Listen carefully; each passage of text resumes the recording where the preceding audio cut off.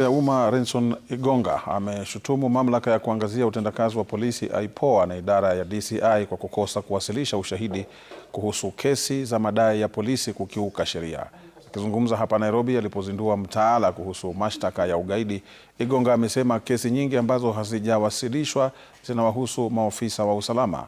Miongoni mwa kesi hizo ni kisa cha polisi kudaiwa kuwapiga risasi watu wawili katika eneo la Kitengela.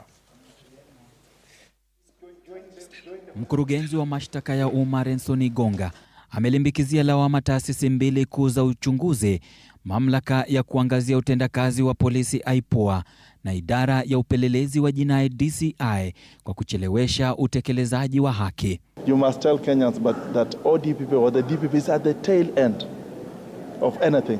So unless the investigations are done, the DPP can't do much. That's why you'll hear at times an incident has happened and someone is saying the DPP. Instead of saying the investigative agents, which are different depending on the kind of activities. Akizungumza jijini Nairobi wakati wa uzinduzi wa mtaala wa mashtaka ya kupambana na ugaidi na ufadhili wa shughuli za kigaidi, Igonga alisema ofisi yake inazuiwa kutekeleza majukumu yake kwa kukosa kupewa ripoti muhimu kuhusu utovu wa nidhamu miongoni mwa polisi kutoka kwa taasisi hizo mbili. What is important is the investigations, because the way investigations are carried out and evidence collected, that is what informs the DPP to go to court. If the evidence does not meet the threshold, you'll find in some of the cases we don't go to court.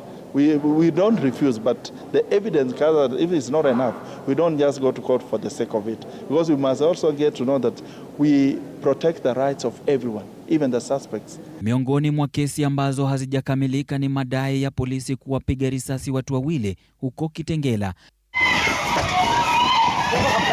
na mmoja Huruma, pamoja na matumizi ya vitoa machozi ndani ya kanisa huko Othaya na pia katika mikutano ya hadhara Kitengela na Kakamega.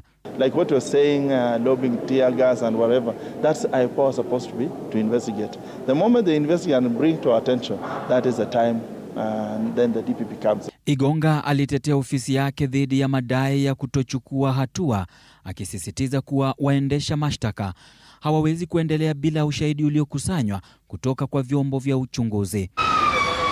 Alionya kuwa kushindwa kwa taasisi hizi kuwasilisha matokeo ya uchunguzi kwa wakati unaofaa huenda ukawaacha waathiriwa bila haki na washukiwa bila kesi. Ode Francis, Runinga ya Citizen, Nairobi.